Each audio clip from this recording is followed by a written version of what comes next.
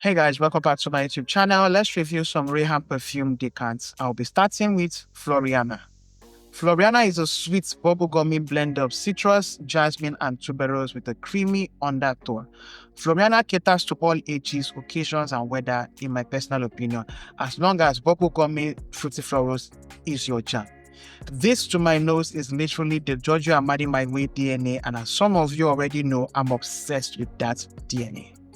The main difference between Floriana and my bottle of Your Way by Fragrance World are: one, Floriana has a super prominent citrus accord, which I don't necessarily get from Your Way, and because of that, I prefer Your Way over this. And two, if you sniff Floriana up close, you will get a prominent metallic incensey Middle Eastern linen accord, which I don't get from Your Way by Fragrance World.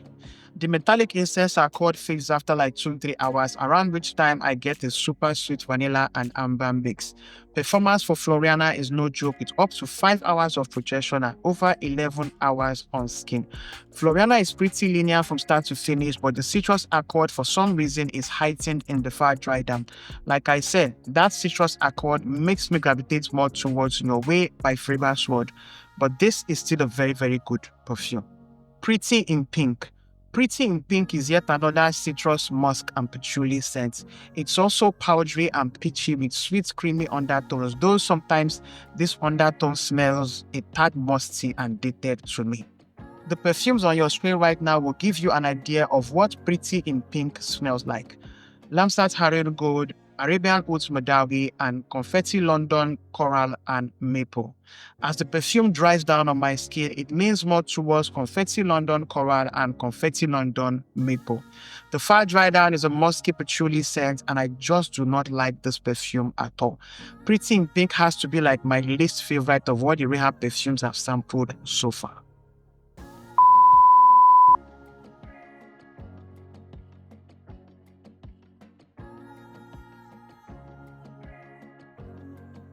Rayhaan Lion is said to be another dream for Jean-Paul Gaultier's Ultra Male.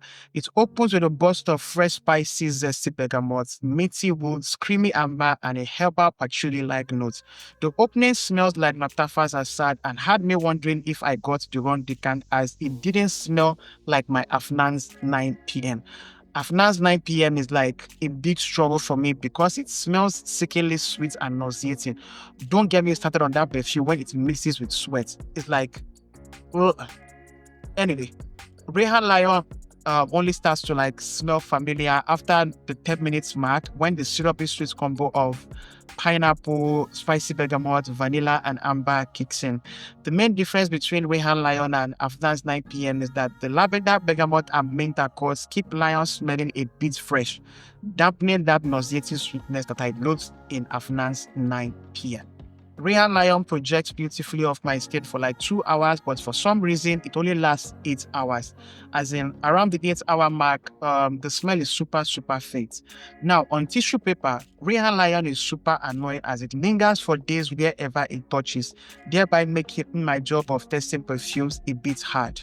I made the mistake of placing a tissue paper with Rayhaan Lion on it on a wooden surface, and it transferred onto that wooden surface and stayed put for like, I think, 3 to 4 days.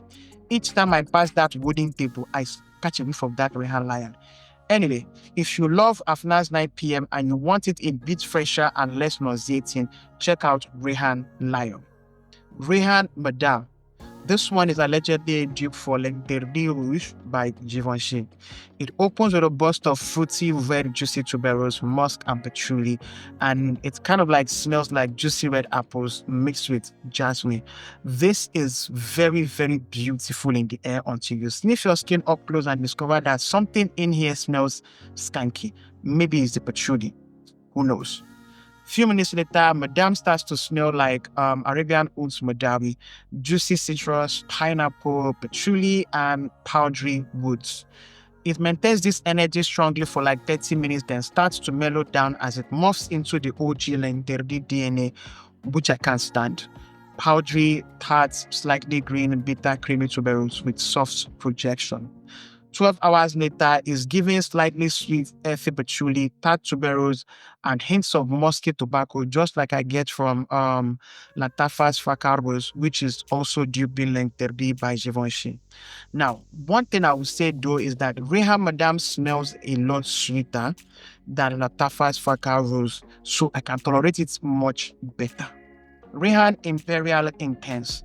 This one smells familiar in the opening, and there seems to be no agreement of sorts on what it is actually duping.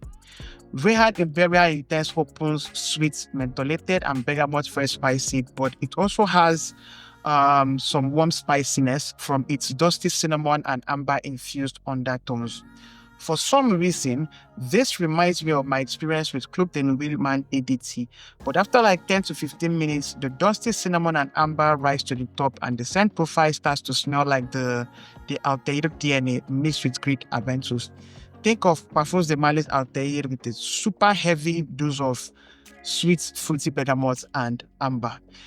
Rayhaan Imperial Intense lasts well over 10 hours on my skin with 2 to 3 hours of projection. Lest I forget, the far dry down for this perfume is giving bubblegummy, dusty cinnamon and amber. Moving on. Diamond Fancy Red. Promos I've seen online say this is a fusion of Baccarat Rouge 540 and Bianco Latte DNA, but I beg to differ. Rayhaan's Diamond Fancy Red opens super sweet with a blast of saffron, sugar, jasmine, red apples, and amber. It literally smelled like a red fruity Baccarat Rouge 540, but within 5 minutes, the Baccarat Rouge 540 DNA markedly dissipates as Diamond Fancy Red settles into being a red, sweet, fruity, tart white floral scent. 15 minutes later, Diamond Fancy Red reminds me of my perfume oil inspiration for 𝗕𝗧𝗔𝗖𝗧. Sweet, fruity, spicy, aromatic pineapple, and amber. About 1 hour later, saffron and sugar return as the Baccarat Rouge 540 DNA resurges. Diamond Fancy Red in the end smells like a fusion of Baccarat Rouge 540 and 𝗕𝗧𝗔𝗖𝗧, if my perfume oil inspiration of that something is, spot on. As someone who struggles with the Bianco Latte DNA, I don't get a single whiff of that DNA in this perfume, and I wouldn't mind a full bottle of Diamond Fancy Red in my collection. The Baccarat Rouge 540 DNA is also a struggle for me because of that medicinal clinical accord it tends to have, but Diamond Fancy Red is free of it, thankfully. The far dry down for Diamond Fancy Red is a sweet aromatic musk with over 12 hours longevity on my skin. And finally, we have Rayhaan Dahliya.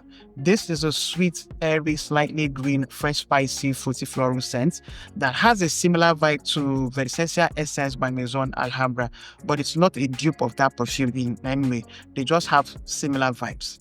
Dahliya smelled like yet another basic, clean, girly scent. Around the 10 minutes mark, Dahliya smells like it has a soapy, medicated rose undertone. It's around the 3rd to 4th hour mark thereabout when it settles into a fresh, creamy but airy green floral scent that I clock what Dahliya is supposed to be duping. Dahliya is giving me J'adore by Dior. If you have and love Jardin de Paris by Maison Alhambra, you don't need this.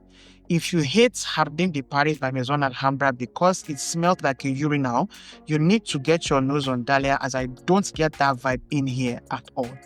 Dahliya dries down to like a super clean, green, soapy, creamy musk. Is given premium luxe beauty bar if such existed. Performance is great with Dahliya with good whiffs even in the 11th hour. And that is all I have to share with you guys today. Don't forget to please like, share, subscribe, and I will see you guys in my next video. Bye guys.